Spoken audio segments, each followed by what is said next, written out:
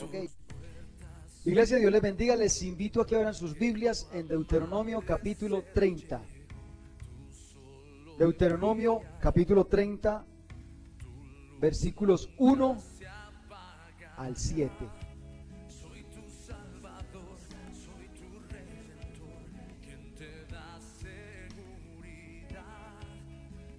Y les invito a que nos coloquemos sobre nuestros pies un momento más para reverencia a la palabra, a la máxima autoridad de esta iglesia y de nuestras vidas, ¿no? Deuteronomio capítulo 30, versos 1 al 7, dice la palabra del Señor: Sucederá que cuando hubieren venido sobre ti todas estas cosas, la bendición y la maldición que he puesto delante de ti, y te arrepintieras en medio de todas las naciones a donde te hubiera arrojado Jehová tu Dios, y te convirtieras a Jehová tu Dios y obedecieres a su voz conforme a todo lo que yo te mando hoy, tú y tus hijos, con todo tu corazón y con toda tu alma, entonces Jehová hará volver a tus cautivos y tendrá misericordia de ti, y volverá a recogerte de entre todos los pueblos donde te hubiere esparcido Jehová tu Dios. Aun cuando tus desterrados estuvieran en las partes más lejanas que hay debajo del cielo, de allí te recogerá Jehová tu Dios, y de allá te tomará. Y te hará volver Jehová tu Dios a la tierra que heredaron tus padres, y será tuya. Y te hará bien, y te multiplicará más que a tus padres. Y circuncidará Jehová tu Dios tu corazón y el corazón de tu descendencia, para que ames a Jehová tu Dios con todo tu corazón, con toda tu alma, a fin de que vivas. Gloria a Dios. Y pondrá Jehová tu Dios todas estas maldiciones sobre tus enemigos y sobre tus aborrecedores que te persiguieron. Padre Celestial, yo te doy muchas gracias por tu palabra, Señor. Reconozco y entiendo que es una palabra viva y eficaz. Señor amado, quebranta, toca hoy con tu palabra.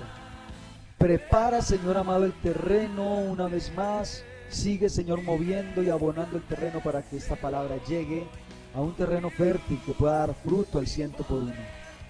Y que podamos, Señor amado, ponerla por obra cada que tú nos lo pidas, bendito Dios. Te damos gracias en Cristo Jesús. Amén y amén. Ok. Puede tomar asiento. Bueno, hoy vamos a estar hablando, posiblemente vamos a estar hablando todo este tiempo, de algunos pasos, algunas pautas. Muchas gracias, don Andrés. Me lo bendiga. Gracias. Algunos pasos, algunas pautas para una restauración espiritual. Algunos pasos, algunas pautas para una restauración espiritual. ¿Por qué? Porque es importante que la congregación o que la iglesia hoy vea esta restauración o viva esta restauración espiritual. Es que hemos notado que algunas veces los cristianos nos sentimos perdonados, mas no restaurados. Venimos aquí a la iglesia porque sentimos que el Señor perdona nuestros pecados, porque sentimos que el Señor nos redime y entonces tiene misericordia de nosotros, y entonces somos libres y sabemos que a través de su sangre Él nos perdona. Pero eso no quiere decir que estemos viviendo la libertad de la restauración en Cristo. Eso no quiere decir que estemos viviendo realmente una vida en bendición, una vida en alegría, en gozo, en la plenitud de la vida en Cristo. Entonces tenemos que saber qué es lo que está pasando. ¿Será que no es suficiente con que el cristiano sea perdonado de sus pecados? ¿Será que es que de ahí en adelante viene otro proceso de restauración? Un proceso donde el Señor viene y empieza a cambiar. Mire, el primer paso de la vida cristiana es reconocer que necesito el perdón a través de esa sangre. El problema que estamos observando en el cristianismo es que nos quedamos ahí. Ay, bueno, ya conocí a Jesús, el que perdona mis pecados. Y tú no estás empezando a darte cuenta que el Señor quiere transformar tu vida. Tú no te das cuenta que esta palabra de Dios, esta palabra que predicamos, que enseñamos y que transmitimos, tiene un propósito. Y es que tú tengas una mejor calidad de vida. Y si tú no estás teniendo una mejor calidad de vida, te quedaste con que Jesús perdonó mis pecados, pero no empezaste a dejar que Jesús transformara, renovara, hiciera algo para que tuvieras una verdadera restauración cristiana. Eso le pasó al pueblo de Israel. Eso vivió el pueblo de Israel. ¿Y sabe qué es lo más tremendo? Y escuche bien esto. ¿Sabe qué es lo triste? Le sucedió al pueblo de Israel en la época de Moisés. Y las consecuencias se están viviendo hasta el día de hoy. Hasta el día de hoy todavía viviendo las consecuencias de haber sido bendecidos, perdonados por Dios mismo en el desierto, bendecidos, mas no restaurados. No fueron restaurados, no fueron transformados. Antes más bien tuvo que venir castigo y tuvo que venir maldición. Y esas consecuencias se están viviendo hasta el día de hoy.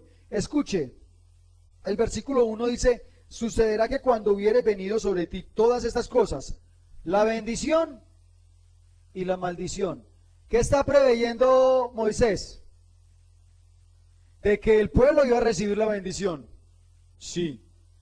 Y eso se cumplió. Vamos a mirar algunas de las cosas, de las predicciones de Moisés, aquí en este texto, en este versículo 1. Las predicciones de Moisés. Está diciendo que el pueblo iba a recibir bendición, pero también maldición. ¿Bendición cuándo? Está diciendo, ustedes van a recibir la tierra prometida. Porque Jehová su Dios va a tener misericordia de ustedes, los va a perdonar de todas las metidas de pata en el desierto, de todos los errores cometidos, de todas las veces que se levantaron contra él.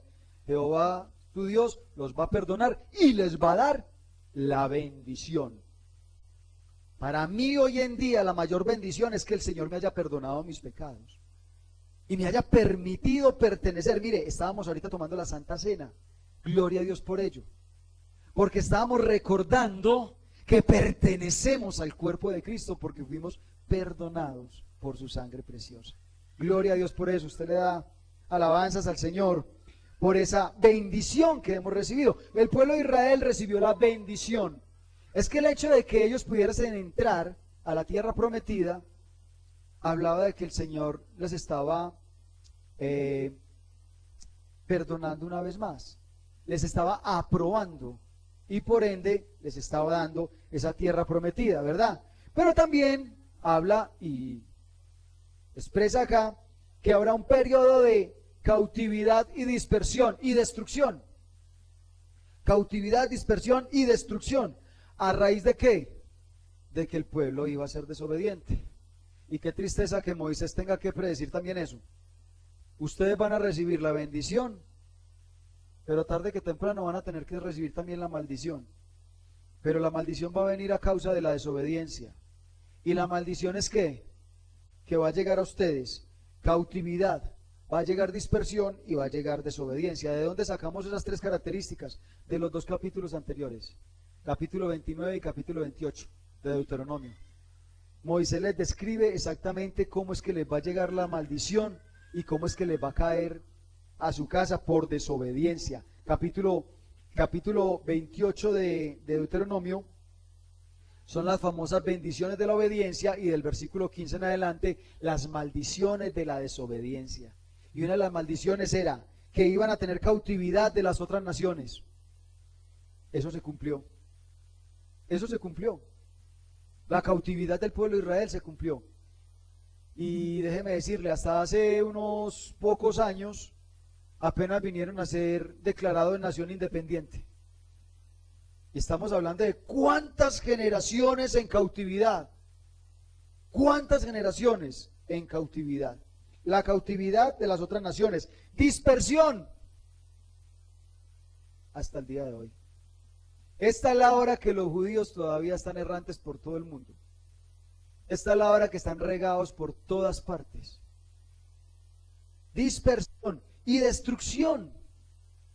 Destrucción se cumplió por parte de los romanos.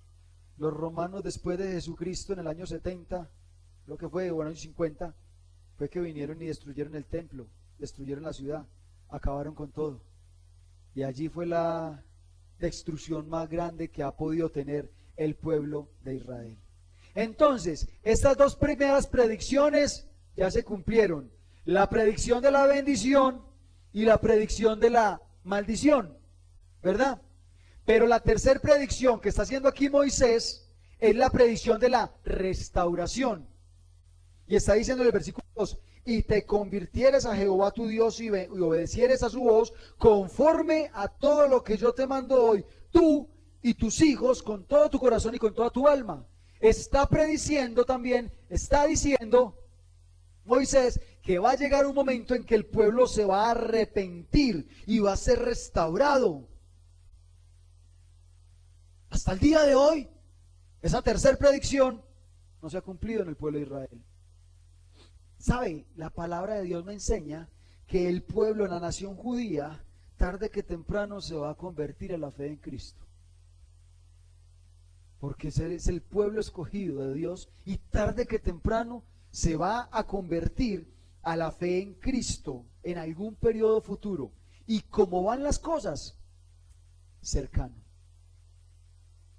Ahora usted dirá, pero es que ellos están muy lejos de arrepentirse.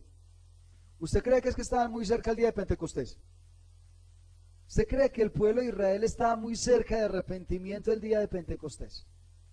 Hechos capítulo 2. No. Y viene el Espíritu Santo y empieza a revolcarlos y empieza a moverlos de una forma impresionante.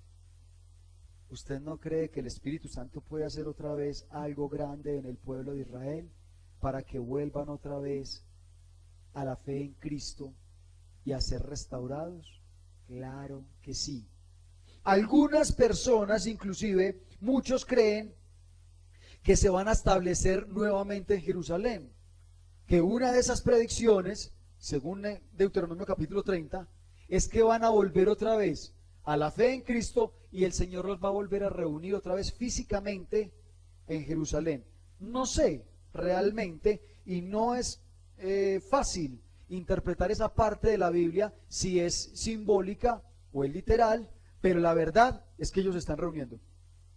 La verdad es que cada vez en Jerusalén están sacando, mire, toda esa guerra que están teniendo en este momento es porque están sacando a todos los extranjeros con sus religiones y se está volviendo a restaurar otra vez la fe judía en Jerusalén.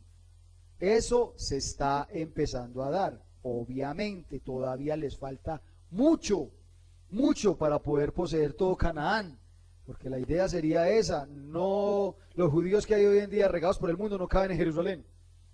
Tendrían que tomar Canaán en su totalidad, ¿ok? Toda la tierra prometida, ¿verdad?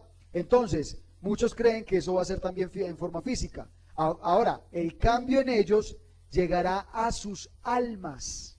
Escuche cómo termina diciendo, tú y tus hijos, verso 2 al final, con todo tu corazón y con toda tu alma. O sea, el cambio en ellos llegará al alma. O sea, producirá un odio por el pecado, un odio por la idolatría, un odio y un rencor por todo lo malo y un amor profundo por Jehová su Dios. Y ahí va a empezar la restauración. Ahí no están restaurados. Ahí empieza la restauración. Cuando ellos lleguen a cumplir esa tercera predicción, empieza la redención, empieza la restauración del pueblo de Israel. Y usted dirá, pero si ya se arrepintieron, pero si ya... Ahí empieza. Esas son las condiciones que coloca el texto bíblico. Ahora, ¿qué condiciones entonces vemos aquí que se dan en esta restauración? Primer condición que se da para que se entrega acá, según el texto bíblico, para que haya una verdadera reconciliación, una verdadera restauración. Primera, el reconocimiento de que están cautivos como consecuencia inevitable de no haber cumplido con las leyes del pacto. El problema no es que el pueblo judío esté pecando y esté pasándola mal. El problema no es que estén regados, el problema no es que estén mal. El problema es que no saben por qué están mal. Y yo creo que eso también nos pasa a nosotros. El problema no es que a usted le esté yendo mal. Lo peor que le puede pasar a un cristiano es que le esté yendo mal y no saber por qué. Señor, entonces diga, ¿qué hay que hacer? Señor, entonces, ¿qué más cambio? Alguna vez en Belmira alguien me decía, pero es que, hombre, vea, yo estoy haciendo todas las cosas como Dios quiere, y nada que prospero, y nada que prospero. Y yo le decía, pero es que exactamente eso es lo único que vos querés. Vos no estás viviendo una relación con Dios, estás esperando que Dios simplemente te responda como un banco o algo así por el estilo. Yo te doy, tú me das, y con intereses. Y eso así no funciona. Eso no funciona. Él no entendía por qué le estaba yendo mal. Tal vez yo lo entendía un poco más, pero cuando trataba de explicarle algo, él no entendía porque sus ojos solamente estaban cegados y enfocados en que a mí me está yendo mal. Estamos como el joven rico. ¿Qué hay que hacer para heredar el reino de los cielos? Y Jesús le dijo, ¿qué hay que hacer? ¿Qué hay que hacer? Si usted lo que quiere es hacer, pues entonces cumpla los mandamientos. Yo los cumplo todos. Y entonces viene y le toca el ser. Más que el hacer, le toca el ser. Vende todo lo que tienes y reparte entre los pobres. ¡Ay! No hay otra cosita que pueda hacer. No hay otra cosa que pueda hacer diferente. Es que esa me está tocando es el ser, lo que yo soy. Entonces, lo primero que está sucediendo acá es que se necesita el primer paso o el primer requisito es el reconocimiento de que se está pasando mal es por causa de desobediencia. Al menos para que entendamos por qué es que nos está yendo mal. Mire, si usted castiga al hijo, si usted castiga a su hijo y no le cuenta, no le explica por qué lo está castigando, usted no está haciendo nada. Porque su hijo no está entendiendo por qué está recibiendo esa pela. ¿No es cierto? O si viene su hijo ya mayor, casado, y viene y le dice a usted, mamá, es que no entiendo, a mí por qué me está yendo mal, es que mire, económicamente bravo, es que no me prospera nada. Y usted lo que hace es que saca plata y le da, para que vuelva y se plantee, usted no está haciendo nada, porque no le está explicando por qué es que está mal. Usted no le está explicando cuál es la razón para que él esté en la quiebra. Eso es comida para hoy y hambre para mañana. Sí, porque entonces usted lo que le está diciendo es, la solución suya está aquí, en el Hotel Mama. Yo aquí le soluciono sus problemas. No le está enseñando, no le está explicando que esa raíz de ciertos pecados, esa raíz de ciertas condiciones, esa raíz de ciertas relaciones con Dios que no tiene, por falta de amor a Dios, que está viviendo lo que está viviendo. Usted y yo necesitamos entender que la cautividad es consecuencia inevitable del pecado. Y si estamos siendo cautivos de algún área, de algún pecado, de alguna cosa, necesitamos entender que es a causa del pecado. Ahora, discúlpeme que sea un poco profundice un poco más en este término de ese reconocimiento de que la cautividad es consecuencia del pecado. Esto también incluye una rotunda negación a las excusas para poder proceder al reconocimiento. Y nosotros los creyentes sí que vivimos de excusas. Es que cuando a usted le está yendo mal, usted lo primero que saca es, o culpables, es que a mí me está yendo mal porque es que tal persona, porque es que cuando yo era pequeñito, porque es que cuando yo era... Y entonces, ¿cuál es la libertad en Cristo, pues? ¿No pagó Él por todo tu pasado? Es que yo no nací en una familia de buena, próspera, una familia, entonces a mí me tocó luchar más en la vida. Es que mi pasado... Y entonces, ¿dónde está el Señor que restauró todo tu pasado y que te limpió y que te perdonó todo tu pasado? ¿Dónde está? O sencillamente las excusas. Yo vivo atado a un pecado y no, es que definitivamente, mire, yo hablaba mucho con mi esposa porque mi esposa tenía la costumbre de llegar tarde, pequeña costumbre de llegar tarde y de salir tarde y de despacharme tarde. Yo le decía a mi esposa, mi amor, tengo una reunión a la 1 de la tarde, y ella a la 1 en punto me estaba sirviendo el almuerzo recién bajado de la olla, eso botando candela, a la 1 en punto, y yo, mi amor, ya tengo la reunión. No. y vaya, déjeselo para que vea lo que es un problema. Pero entonces yo le decía, mi amor, pero es que ¿por qué? No, es que claro, como usted no es mujer, como usted no tiene que peinarse el pelo. Y yo, eso es verdad. Yo no tengo pelo para peinarme, pues sí, es cierto. No, claro, como usted no tiene que hacer esto, no tiene que hacer aquello. Hasta que un día me senté y le dije, ¿sabes que tú estás viviendo de excusas? ¿Sabes que tú, en vez de reconocer que nos está cogiendo la tarde, de que estamos mal en esa área, estamos viviendo de excusas? Y las excusas no nos van a llegar a ningún lado. No nos van a llevar a ningún lado. Sabes que cuando tú estás perdiendo algo, cuando estás mal, tú tiendes a buscar excusas. Y cuando hay un reconocimiento real de que yo estoy por mi culpa, cuando yo tengo ese reconocimiento, para yo poder llegar a ese reconocimiento, a lo primero que tengo que renunciar es a las excusas. Yo no puedo seguirme excusando y excusando y excusando de mis pecados. Lo que tengo es que renunciar a ellos. Amén. Ok, entonces esa primer condición es importante, el reconocimiento. Eso le pasó al hijo pródigo. Estaba por allá comiendo, queriendo comer algarrobas, y ¿qué dijo? Reconoció, entrando en sí, dice la palabra, entrando en sí, reconoció y procedió. En segundo lugar, un arrepentimiento en el lugar de cautiverio. Recuerda lo que estábamos diciendo. Aquí dice que y te convirtieres a Jehová tu Dios y obedecieres a su voz conforme a todo lo que te mandó hoy, tú y tus hijos con todo tu corazón y con toda tu alma. Eso no quiere decir que todavía hayan sido restaurados. El reconocimiento y el entendimiento de que estoy mal tiene que partir desde el momento en que estoy mal. ¿Por qué es importante que usted y yo entendamos eso? Porque la mayor parte de la iglesia la escucho yo diciendo: ¿oíste, y por qué no fuiste a la iglesia? Te extrañamos este domingo. Ay, no, pastor, yo estaba muy mal. Ay, no, pastor, yo estaba muy mal y no quise ir. Entonces, ¿qué fue primero, el huevo o la gallina?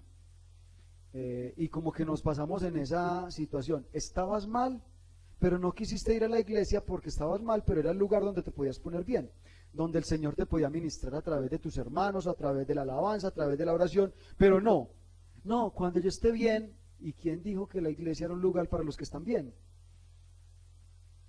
Yo le digo que si solamente van a ir a la iglesia los que están bien, uy, esto se vació. Si vamos a esperar que el Señor nos responda, nos saque del cautiverio, nos provea abundantemente, nos arregle los problemas familiares, nos arregle a nuestros hijos, y fuera de eso nos tenga contentos para poder ir a la iglesia, allá no tenemos nada que ir a hacer. Nunca vamos a llegar a los pies de Cristo, nunca vamos a ir a escuchar esa voz de Dios para ser restaurados. Y aquí el segundo proceso, el segundo paso, la segunda condición que me está colocando para una verdadera restauración es ahí en medio del cautiverio. Ahí en medio. Reconozca y empiece a buscar de Dios. No espere a salir del cautiverio. No espere a salir de la mala racha. Ellos tenían en medio del cautiverio que hacerlo del hijo pródigo. El hijo pródigo, ¿qué hizo? En medio de su hambre, en medio de su condición, dijo: voy a ir a la casa de mi padre. Hombre, en la casa de mi padre hay comida hasta para los criados, y yo aquí no tengo ni para mí. Voy a ir y le voy a pedir perdón a mi papá, y le voy a pedir que me trate siquiera como uno de mis criados. Ya ahí empezó el proceso. Ahí estaba cumpliendo las condiciones necesarias para poder vivir una restauración. ¿Y qué restauración la que vivió? Usted y yo no nos imaginamos, así como el hijo pródigo, no nos imaginamos la restauración que Cristo puede tener para nuestras vidas. Pero si estamos esperando a verla, si estamos esperando a vivirla para poder seguirlo, nunca lo vamos a seguir. Usted y yo tenemos que empezar el arrepentimiento ahí, en el lugar de cautiverio. Y en tercer lugar, el verso 2 me dice que hay un serio compromiso por obedecer su voz con todo el corazón y con toda el alma.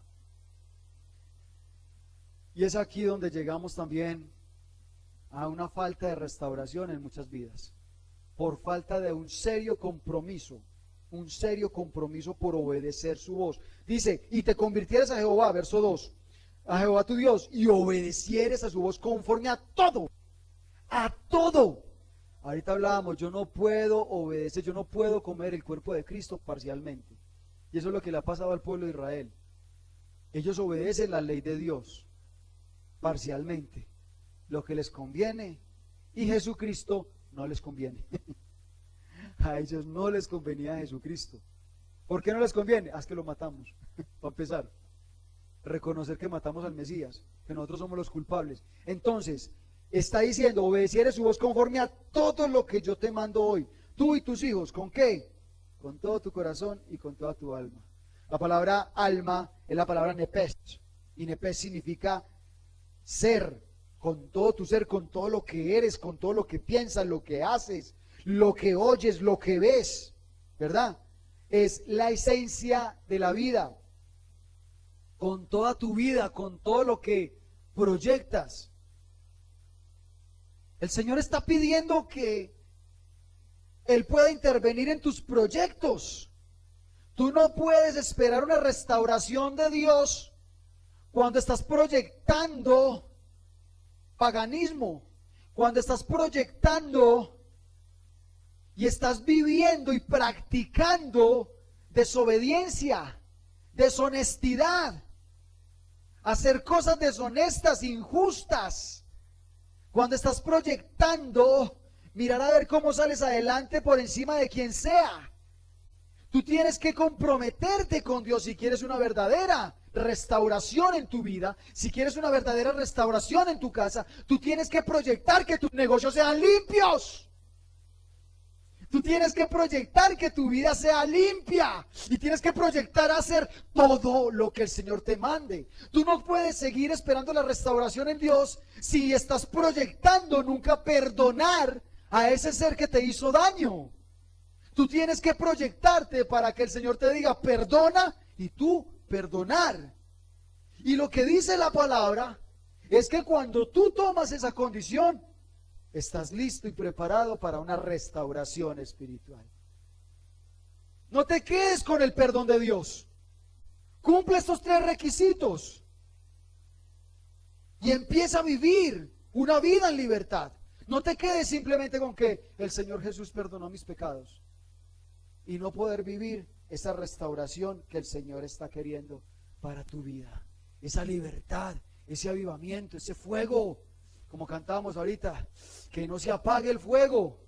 El que vive solamente del perdón de Dios hace rato le apagó y no dio cuenta. Y no se ha dado cuenta. Vivimos un evangelio simplemente monótono, por tradición o simplemente porque, ya, yo soy cristiano. Sí, sí. No. Empiece a mostrar esas cosas. Ahora, ¿cuáles son los efectos que sucede, que surgen una verdadera restauración? Cuando yo me dispongo de esta manera, cuando el pueblo de Israel se dispuso de esta manera para obedecer, para arrepentirse, para que no hubiesen más excusas ni más argumentos. ¿Qué sucedió? ¿Cuáles fueron los efectos del verdadero arrepentimiento? Primero, verso 3, dice, entonces Jehová hará volver a tus cautivos, y tendrá misericordia de ti, y volverá a recogerte de entre todos los pueblos donde te hubiera esparcido Jehová tu Dios. Lo primero es la misericordia y la libertad del cautiverio. La misericordia de Dios que te trae una libertad del cautiverio. El primer efecto tiene que ser ese sentimiento de libertad de lo que te ata y de lo que te esclaviza.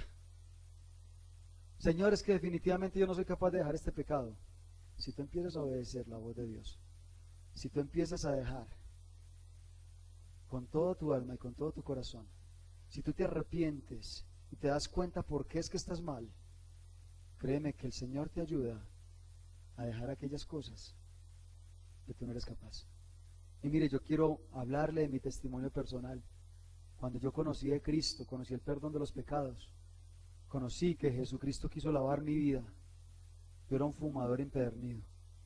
No estoy hablando solamente de ataduras de pecado espiritual, estoy hablando de cosas físicas. ¿Quieres dejar el alcoholismo? ¿Quieres dejar el cigarrillo? ¿Quieres dejar la pornografía? ¿Tienes problemas? El Señor sabe que tienes problemas para dejar la pornografía. El Señor sabe que tienes problemas para dejar el alcoholismo. ¿Quieres dejar la usura? La ira.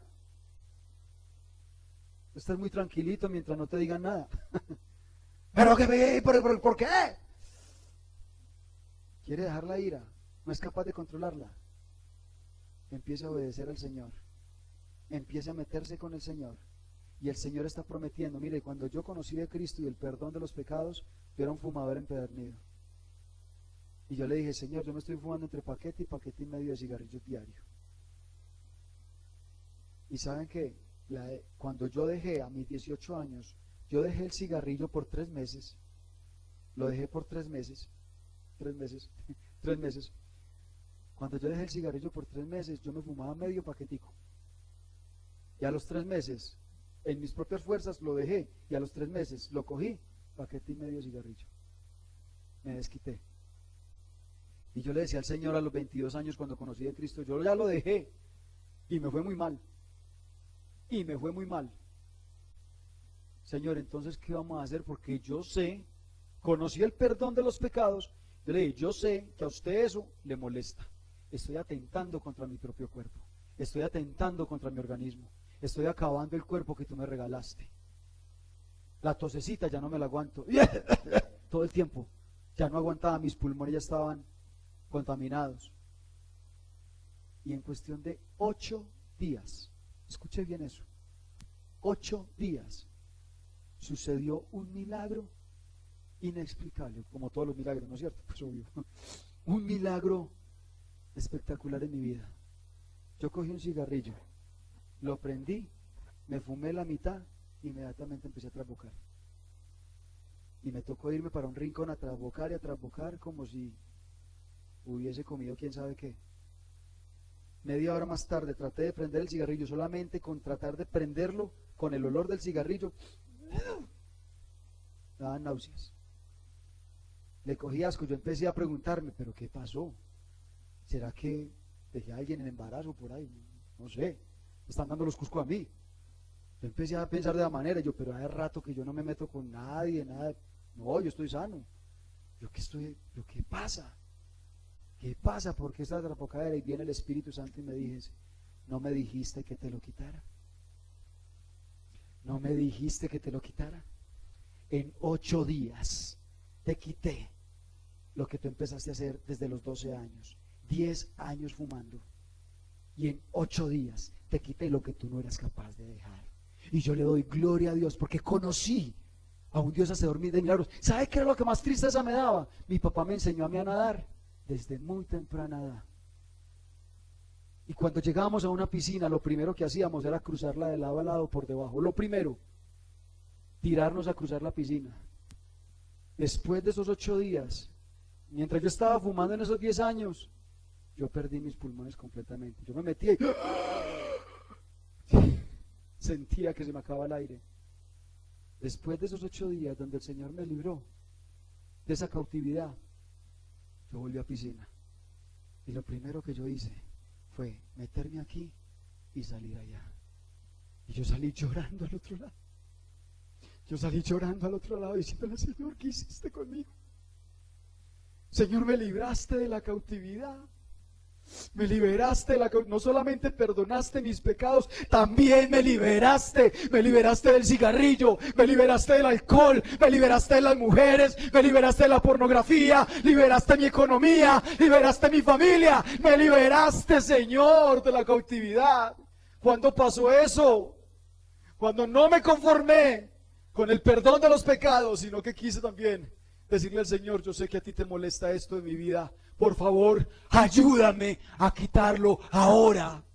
Y el Señor empezó a quitar cosas, empezó a sanar cosas. Lo primero que sucedió aquí fue el sentimiento de libertad de todas las ataduras, de todo lo que me atraba y me esclavizaba. Pero lo segundo, dice el verso 5, y te hará volver Jehová tu Dios de la tierra, perdón, el 4, aun cuando tus desterrados estuvieren en las partes más lejanas. Escucha esa palabra, destierro. Esa palabra, destierro, y el Señor dice, yo te voy a regresar del destierro. Nadie puede entender la palabra destierro a menos de que haya sido un desplazado. Pregúntele a un desplazado lo que significa el destierro. Y es que vivir en la ciudad o en estos municipios donde los organismos armados han hecho tanta bulla. Pero mire, cuando vivíamos en Medellín, vivíamos con Anderson, con Andrés en la Comuna 13, estábamos allá abajito de la Comuna 13, uno escuchaba cómo era la situación con en tiempos pasados, cómo era la situación con esta gente en la Comuna 13. Y estamos hablando de la ciudad, ni hablar de los pueblos lo que pasaba. Pero en la Comuna 13 llegaban los grupos armados, llegaba la guerrilla a una casa y le decía al dueño, por favor, mire, cojan una maletica lo que pueda, sus ropitas, sus cositas, y salga que necesitamos su casa para la causa. ¿Necesitan qué? La casa para la causa. Y entonces, váyase por favor, tiene media hora, tiene una hora para poder desalojarnos la casa. ¿Usted sabe lo que significa yo parado al frente de mi casa? Viendo mi casa, mi herencia, todo lo que yo me endeudé por esa casa.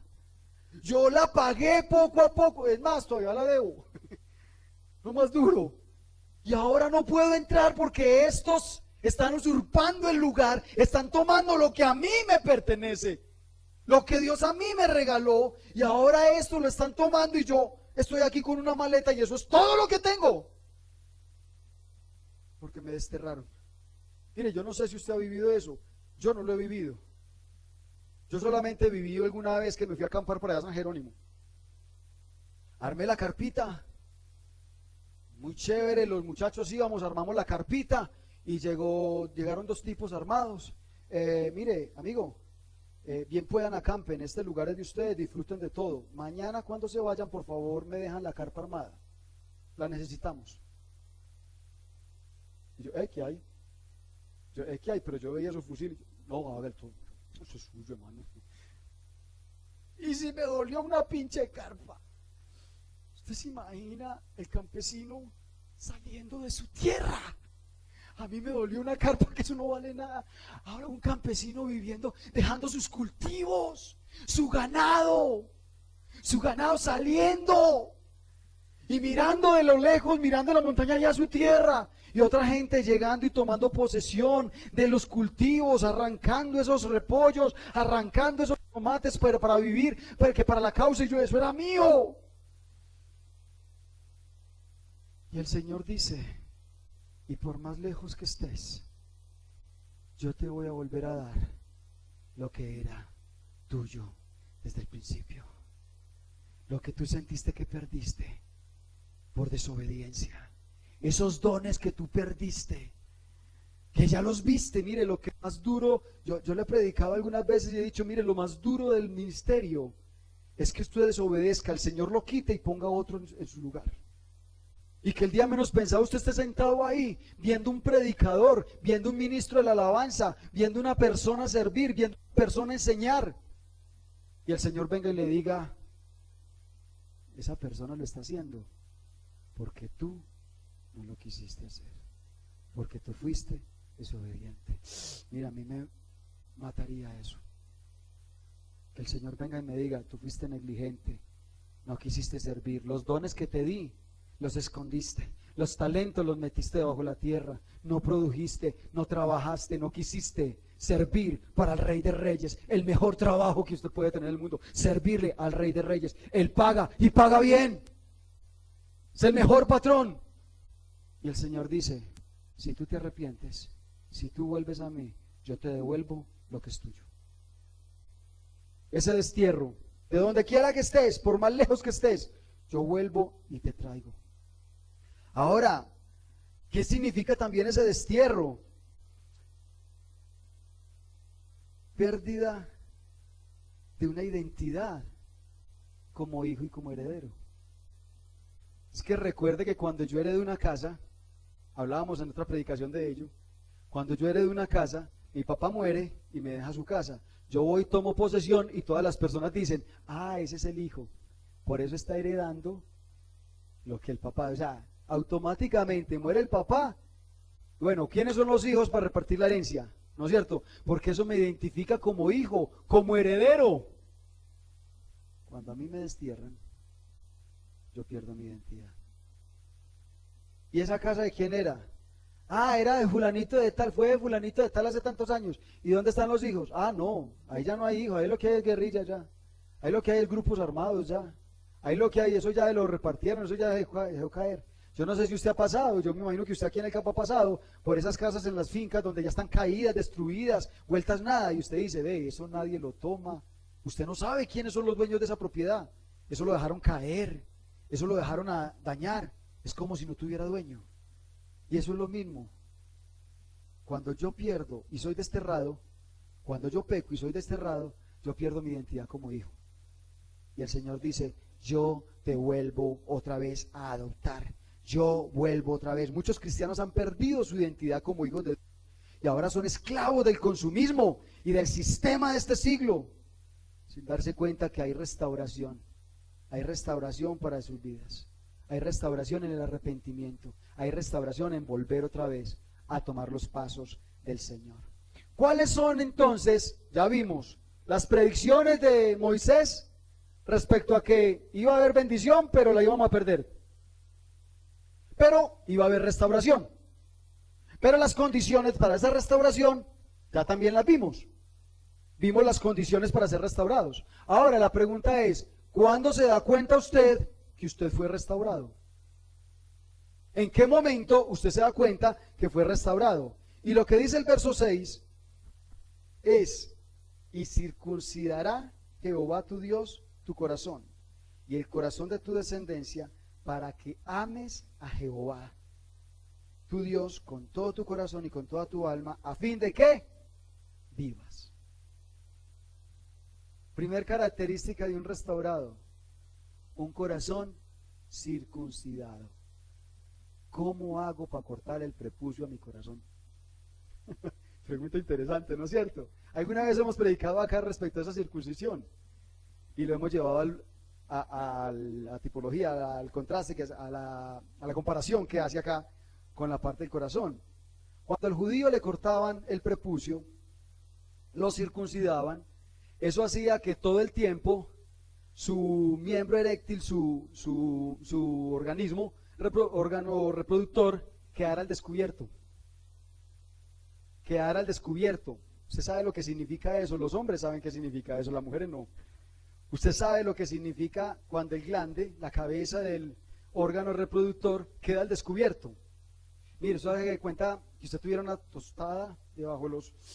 Eso es lo más fastidioso. Usted tiene que ir al baño a acomodarse esa vaina porque realmente eso es muy sensible. La circuncisión hacía... Yo quiero que la iglesia a partir de este momento relacione esas dos palabras. Circuncisión, sensibilidad. Esas dos palabras van de la mano. Cuando Dios quería que el pueblo se circuncidara, lo estaba haciendo sensible. Pero resulta que esa sensibilidad, tanto roce, iba quitando esa sensibilidad y lo iba convirtiendo en un glande fuerte, duro, resistente. Cuando Dios dice que circuncide su corazón, lo que está diciendo es, primero, yo quiero que tu corazón sea sensible a la voz. Lo dice el verso 8. Y tú volverás y oirás la voz de Jehová tu Dios y pondrás por obra todos sus mandamientos. ¿Por qué? Porque tu corazón ya es sensible. Dios habla y tú corres y tú haces porque te diste cuenta que Él te restauró. Tú ya no eres negligente, hermano, deje esa ira. Sí, hermano, listo. Entonces, ¿qué hay que hacer? Hermano, venga, ya, deje esa usura. Sí, hermano, listo. Entonces, ¿qué hay que hacer? Es que la palabra de Dios me está diciendo, listo, está bien, entonces lo cambio, entonces lo hago. Es un corazón sensible. Ese es un corazón circuncidado. Un corazón que viene la palabra de Dios y habla y Él cambia. Pero resulta que no toda la vida tiene que estar escuchando lo mismo. Otra vez, hermano, usted con esa ira. Hermano, que deje la ira. Ay, sí, pastor, es que yo estoy luchando. No, llega el momento en que esa palabra tiene que convertirse en algo duro. De tanto roce y tanta sensibilidad, tiene que convertirse en una premisa para tu vida. En una regla, en un estilo de vida fuerte, una columna de tu casa. ¿Cuándo ve usted un corazón restaurado? Cuando las columnas de su familia son con base en la palabra de Dios. Son lo que Dios ha dicho y que le ha tocado transformar. Lo que Dios ha hablado y le ha tocado cambiar. Ahí usted dice, esa familia está restaurada. Ese corazón está restaurado. Pero no solamente porque se convierten en algo fuerte, en esas columnas, sino también que dice, para que vivas. Es una familia viva. Ser viviente, vida superior. La palabra hay en el hebreo. Ser viviente, o sea, y fue el hombre un ser viviente. ¿Dónde encontramos eso? Génesis capítulo 2, capítulo 1, versículo 28 en adelante. Y fue el hombre un ser viviente. O sea, para que tú vuelvas a ser como el día que Jehová tu Dios te creó. Vuelves a tener vida. Yo no me imagino a Adán antes del pecado, preocupado por comiendo de las uñas, porque ¿y qué vamos a comer mañana? Y entonces, ¿será que hay trabajito para mañana? Y entonces, ¿será que qué hacemos? ¿Montamos esta microempresa o un emprendimiento? Eva, usted me colabora. Si yo emprendo, usted sigue. Venga, es que necesitamos. No, yo no me imagino nada preocupado. Él vivía en la presencia de Dios. Él tenía relación. Se usa para esa palabra hay, para que viva. También se utilizaba mucho para jurar por una persona más grande, por una persona, alguien mayor. Cuando, por ejemplo, Elías decía, viva Jehová, en cuya presencia estoy, que si no pasa esto, él estaba utilizando esa palabra, hay, lo cual que me da a entender que aquí el viva se refiere también al respaldo de Dios constante, así como lo hacía con Elías, así como lo hacía con Adán. Usted identifica una persona que ha sido restaurada porque vive el respaldo de Dios constantemente. Y ojo, cuando hablo de respaldo no estoy hablando de bendición.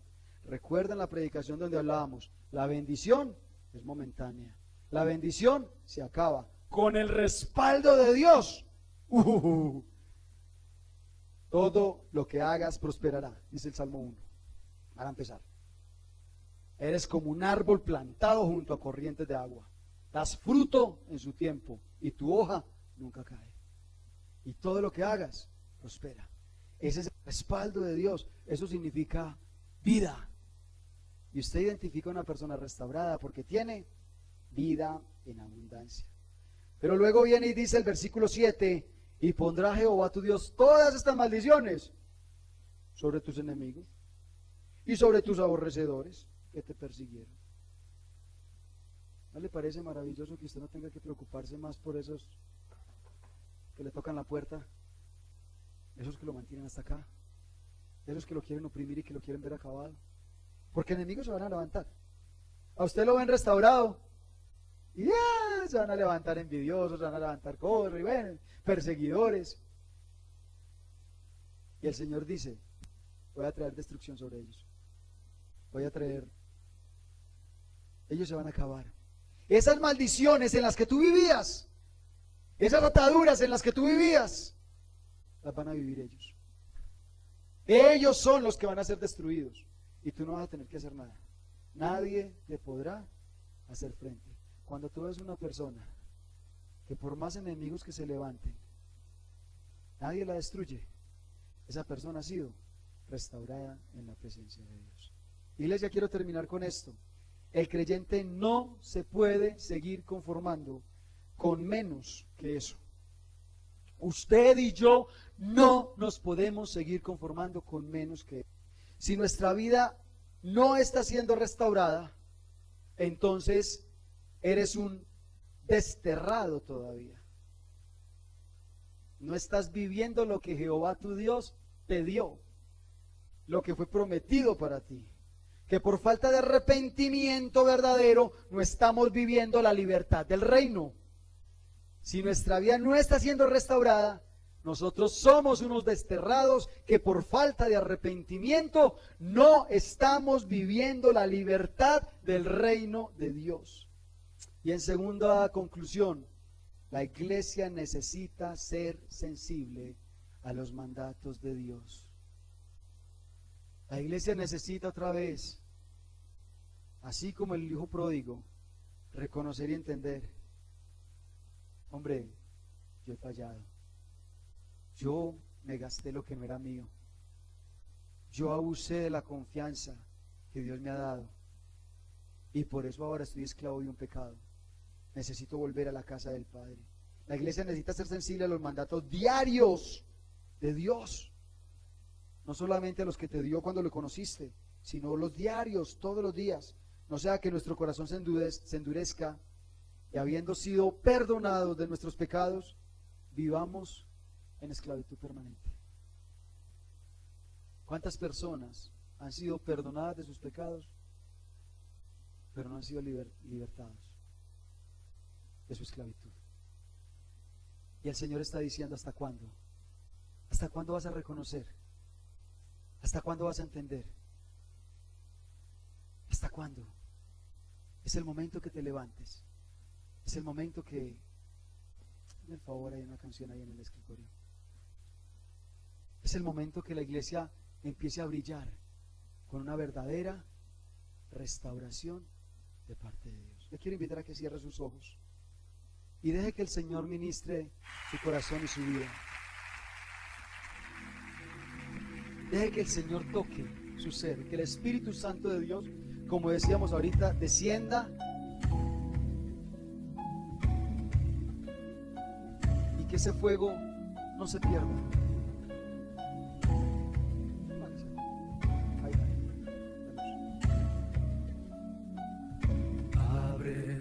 Puertas, iglesia, porque tu amor llegó el momento. Tú solo brilla. Amén. Tu luz nunca se apagará. Soy tu Salvador, dice el Señor. Soy tu Rey, dice el Señor. quien te da seguridad. Tú eres fuerte en Él. Eres fuerte. Solo obedece a su llamado. Iglesia, hoy es el día que el Señor está hablando restauración, de libertad, libertad de la esclavitud. Solo obedece y el Señor te devolverá lo que es tuyo. Levántate y resplandece hoy, con mi luz, mi poder te cubrirá. Resplandece en las naciones, sin temor brillarás, levántate.